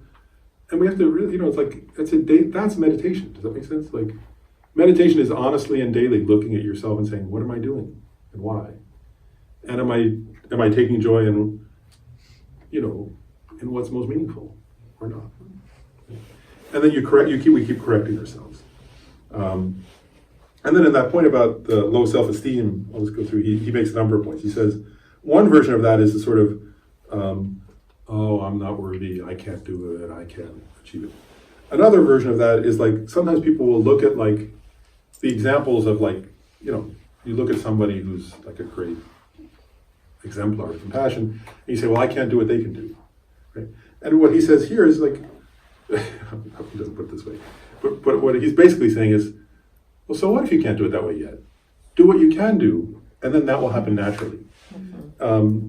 And he gives an example in here. He says, there's a famous story that comes from the Sutra of Golden Light. And it's the story of the Buddha. Actually, there's a famous story in that sutra where the Buddha, he's walking in Nepal, actually, with his students. And he stops and he says, something very important happened here. And they all kind of sit down. And then he finds, I guess, like remains, actually bones. And he says, and he tells a story. He says, these are the bones of a past, the Buddha says, these are the bones of one of my own past lives. Oh my God. And in that life, I was a bodhisattva. He was a bodhisattva. And he tells a story where there was a famous story where there was a tigress and 5 cubs, and the cubs were starving, and the tigress was too weak to go hunt. And so she was just on the verge of eating her cubs. And this bodhisattva, he gets his brothers to go away, right? He has 2 brothers with him. And he says, they walk out, he says, oh, let's go. They're leaving the forest. He says, oh, I have to go back. There's something important I have to do. And he goes back into the forest. And this is the important part of connecting to what he's saying here. Sometimes people misread that story. He actually, in the story, in the Sutra of Golden Light, there's this part where he says, the Bodhisattva, who's going to be the Buddha, says, like, I've been waiting for a chance like this. Because he's like, I've been practicing generosity for lifetimes, but it's really hard to find a chance where it's meaningful to give away your body.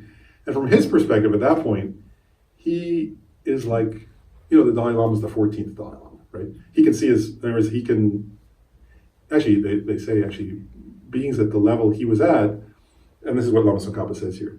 He says, for somebody at that level, giving away their body is like what is similar to our experience of giving away a vegetable to somebody, or a piece of fruit. So for him, that's what Lama Tsongkhapa is saying. So he's saying, if you look at the story like that, you could think, oh, I can't be like him. I'm not like him. And Lama Tsongkhapa is saying, well, you're not supposed to be like him. That's not what you're supposed to do at this level. When you get to that level, whereas if you're at the point where you're, actually, really it's this, actually.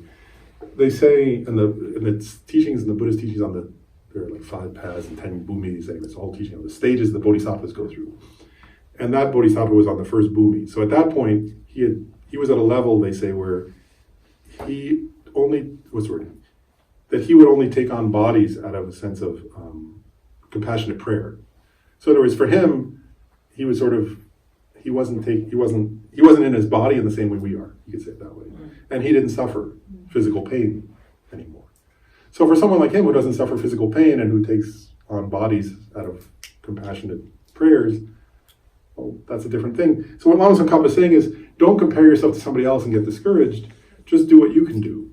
And know that if you do that, you'll evolve, like Tara did, right? When Tara can send out infinite emanations everywhere, she's not worried about, the things we worry about.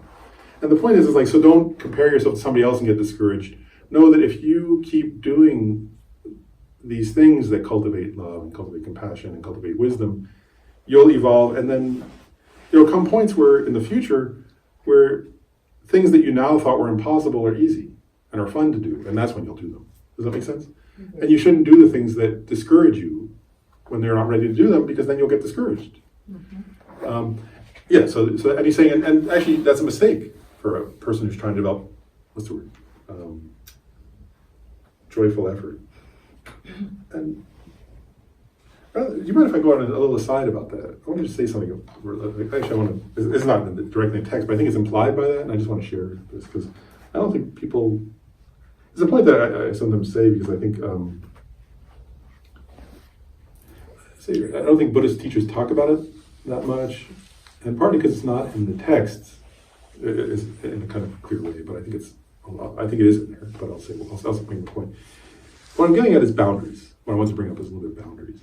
Because actually, that's the implication here, and because I don't think any of us were in danger of going giving our lives to a tiger tomorrow. So that example is a little extreme, but that same point that Lama Tsongkhapa is making does apply. So if you just think of it like he gives an example of the tigress or something, then it seems a bit, what's the word?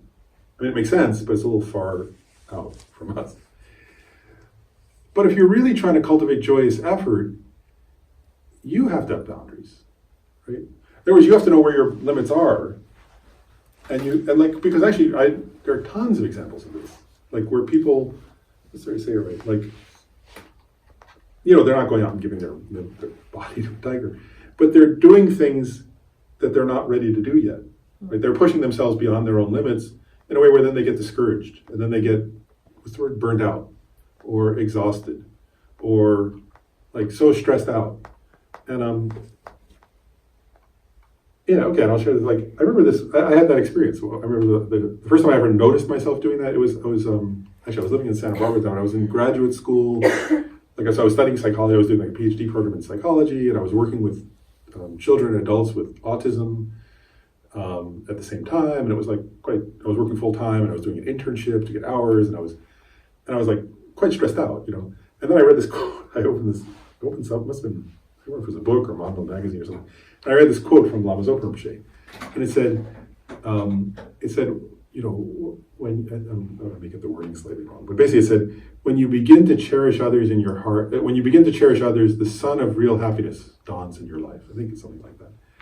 I remember I read that and I thought, oh, what's wrong? I don't know. Like, I'm stressed out. I'm not really feeling the sun of happiness here. And then I realized, I actually sat and thought about what Lama Zopa Rinpoche was saying, and I thought, well, it's because cherish others means love, right? And I was like, well, actually, I'm pushed past my own limit at this moment, and so I'm not feeling love. I'm doing things that, like, I'm studying psychology, I think is meaningful. I'm working with people with autism, which I think is meaningful. But the truth is like, I'm doing so many different things so much of the time that I'm actually not feeling love day to day. I'm feeling like, I gotta go do this, and I gotta go do that. And my mind was on like, well, how am I gonna do my studies when I get back from do enough hours? Am I too tired to get my paper done? And I was like, well, that's not love. And I was like, yeah, because the sign of, like, if you're actually practicing love, what Lama Zopa was saying, and he often says, right in that moment, there's happiness, right? And for me, that's been a guiding principle around boundaries ever since. Does that make sense? It's like, well, if I'm feeling stressed out, if I'm feeling exhausted, if I'm feeling resentful, that's not love. That's resentment, right? That's burnout, or that's whatever. And that's what he's getting at here about joyous effort, right? It's not about some extreme thing. But so we have to know, and part of what he's saying is, if you know where your own boundary is, right, where you'd be stressed out and exhausted, and you could stay just a little on this side of it and keep and feel joy, then that boundary there will be a natural evolution, right, where that boundary will move. And then suddenly that's what he's saying, is that then, forget about some extreme thing, right? But like 2 or 3 years later, you'll look and you'll go, oh wow, like what I used to stress me out, now I can do, and it's fun, And then you're like, okay, now I can do that. But then there'll be something else that's too much for you, right? And you have to keep knowing what that is, or you won't sustain your joyful effort. And that's a mistake people make, right? Like you can say, well, this would be like meaningful, and it's in my heart, or something like that. But then you do so much of it that you're past, what's the word? Where you can stay loving in your heart, right? And that's not, like, Dharma practice is in your heart, right? It's not someplace else. And we often mistake that. Like, I think many people do. Where we start to think of like the external behavior is the Dharma practice, but it's not. Does that make sense? Like, so, if you're sitting and meditating and you don't really want to be sitting and meditating, that was actually, that same Guhyasamaja Center, that was a great gift he sent to me once. He said, if you're sitting and meditating and you're not enjoying it, stop. Like, get up and go do something else. And once I started doing that, I started meditating way more. It was funny. Like, I was like, okay, I'm going to stop. If I'm not enjoying it, I'm just going to stop and walk away. And I found, like, after I started actually doing what he said, I spent way more time in meditation, because I was like, well, now then I go back to it when I want to. And then I was like, well, I wanted to more, because I wasn't doing it in a way that was not joyful. So you get the point about boundaries. And the same thing, like, because one of the boundaries is around helping others, and we should help others. And that's part of the practice of joyous effort, right? Is how do you help others? But it's got to be a form of helping others that's, first of all, that feels, that's a natural expression of you, right? And it's not where you have to know, well, if I did this much, it'll be fun, and I feel happy. If it'd be this much, it'd be challenging, but still I'd be happy to be doing it. It might even be difficult, but I'll be happy to be doing it. Like, I'm not saying to do only what's easy, right? Like, like I can remember, like when there was last year, my mom had a heart attack, and she lives near Deerfield Beach and stuff. And like, I went down, I was cooking a ton for her, because I was worried that she wouldn't eat because she couldn't cook right after it. And it was quite tiring, but I was so happy. It was like fun. It was actually really, like, she was there, and we were laughing, and like, I was exhausted, but I was so happy to be doing it. I was like, she cooked for me so many years, and she cooked my whole childhood. I get to cook for her, and we were laughing as I was cooking. And I was like, I didn't care that I was tired, because it was fun. Does that make sense? So that wasn't, like when I came back, I was like, oh, I'm so glad I did that. And that was, like, I felt so happy. But there are other moments where it would be like, no, if I keep doing this, I'm going to start to be the point where I'm like, well, I don't want to be doing this anymore. You're upset that you're doing it. You're mad that you. Well, then that's one's own mistake, right? And I'll make one more point about that, because part of that is like, oftentimes when we do that, we push past our own boundary, we do the thing where then we feel agitated and upset. I think oftentimes it's mistaking love and compassion, which make us feel joyful, for either wanting other people to like us, or wanting other people to think we're a nice person, or wanting to sustain some kind of image of ourselves, like, oh, I'm this kind of person who does this and that or something. And again,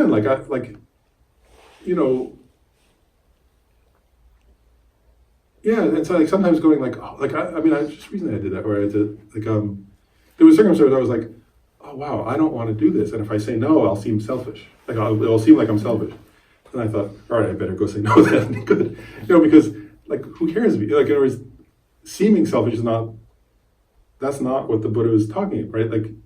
That's a self-image, that's actually a sort of self-image thing, right? Oh, I don't want to seem selfish. I was like, well, I better go seem selfish, because if I don't tell the truth and set a boundary on that, I'm going to be resentful after, and that's not the point, And the truth is, I am selfish. If I'm going to be resentful, it's beyond the point of my selfishness will come up and I'll actually feel resentful. So I am selfish, so I should seem selfish, And let me be honest about that, and then try to gradually reach a point where I'm not selfish. You get my point there? So it's usually it's either wanting people to like us, or not wanting someone to be upset. Because also when you set boundaries, of course, people have the right to say, well, that's annoying. But and then if you're setting a genuine boundary, I often think of it. I'll just make one more point about it. I often think of the examples from the civil rights movement, right? Where for me, I learned. Buddhism is teaching this, but Martin Luther King Jr. said that, right? Where he came to this point where he said,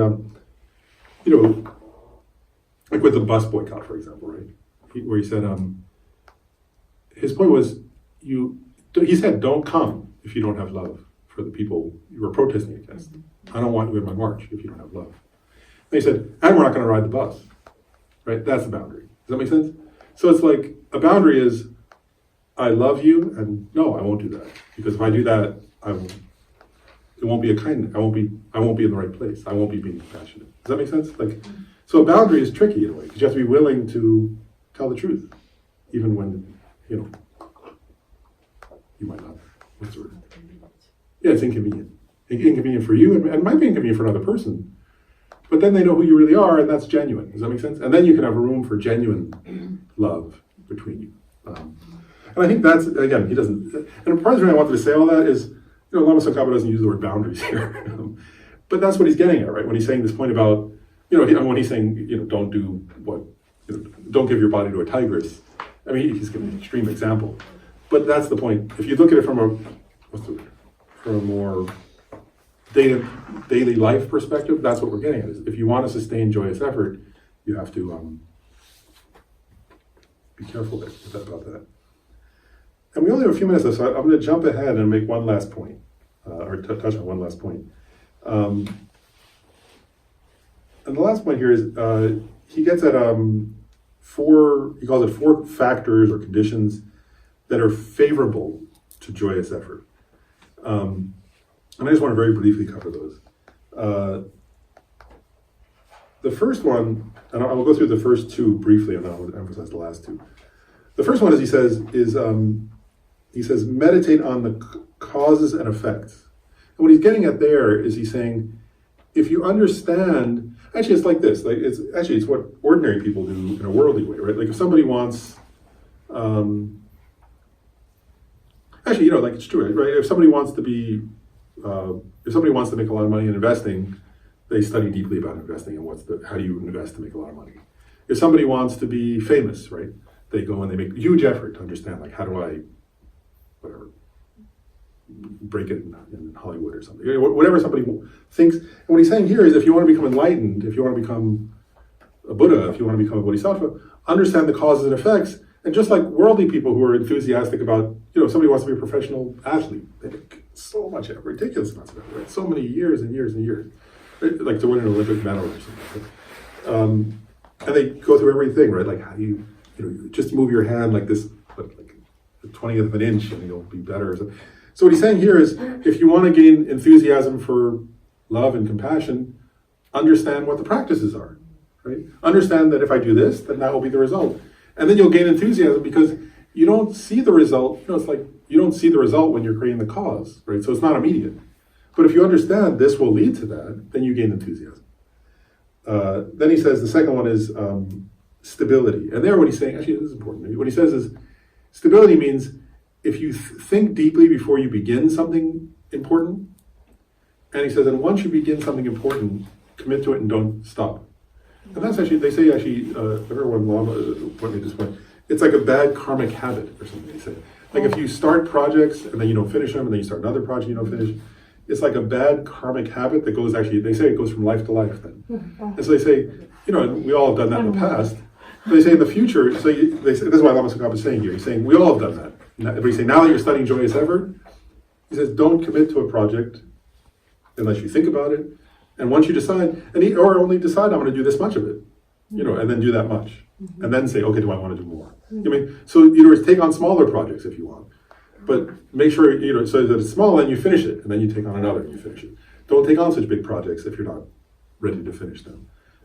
Is one point. That's the second. And then the third one is the one the last two I really wanted to touch on. I'll read this one. The power of joy. He says, the power of joy makes your understanding of joyous effort uninterrupted and insatiable, like a child engaged in play. And I just want to emphasize that one for a minute before we stop, because what he's saying, and I love this, because if you see like pictures of Lama Tsongkhapa, he's this monk, often he's pictured with like a pendant, like a hat, like the Dalai Lama wears this hat or sometimes, and he was this great scholar. And here's Lama, right? So he's known as like probably one of the 2 or 3 greatest scholars in all of Tibetan history, right? But he was also a yogi and a meditator. But here's Lama Tsongkhapa, who's one of the greatest scholars, I'm just emphasizing on that side, in all of Tibetan, all of Buddhist history, really. And he's saying, your practice of Dharma should be like a child playing, right? And it's like uninterrupted and insatiable. And you know that, right? Like when kids are doing what they love and you say, come on, it's time to wash up, right? I want to keep playing. It's like it's so fun, right? They don't want to stop. It's like they're having fun. And what he's saying is, if you're really practicing well, that's how your Dharma practice will feel, like a child at play. Does that make sense? And so you can look for that. And when you find moments of that, you can know, oh, I'm doing it right. Let me do more of that. Does that make sense? And then they also say sometimes so you do it like that. Does that make sense? Like so, and you have to it's like that's why you have to find the practices that feel like that to you, and then that will give you more of that experience, and then you can bring other things in, and then another one starts to feel like that, and another one, and it becomes like you have a lot of options for play. You're like a kid with all the games or something. And then the last point he makes is he says, the last of these 4, right? So is the power of rest. I think that was also important, so I want to emphasize that. And this is again Lama Tsongkhapa, so he's like this great Buddhist, one of the most respected Buddhist teachers in history. And he's saying, actually he says, when your body and mind are worn out due to your joyous effort, rest, and then start again, right? And he's saying that, and part of what he's saying is what I was getting about burnout or being tired is like, that part of, it's really interesting, isn't it? That part of effort and joyous effort and effort sustain, and part of this is like, the Buddhist practice is supposed to take, because it's not quick. It's not like a short sprint, right? And so, and if you're going to sustain joy, you have to know when to take a break and when to rest and how to really rest, right? And then you come back. And that's a rhythm, and then I guess one thing that's interesting is to view even rest as a form of practice. Does that make sense? Because it actually is, that's what he's saying. And to actually, and in a way, again, like, it's kind of funny. Again, it's like, I don't know Tibetan would use this phrase, I don't know, maybe somebody who's been to the West a long time.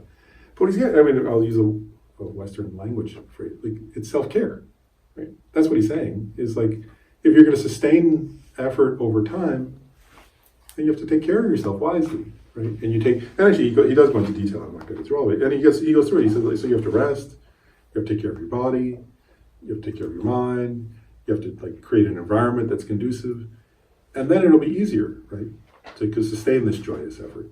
Because also, if you think about play, right, a child, actually, first of all, if a child is too stressed out and tired, they're not going to play. And also, they need a safe contact, right? I mean, kids only play when they feel safe. Actually, kids don't play when they don't feel safe, do they? It's not the nature, right? Nobody plays when they don't feel safe, actually. There's at least some version of safe, we have to have at least some sense of safety, or or our nervous system won't let us, right? We're like too tight.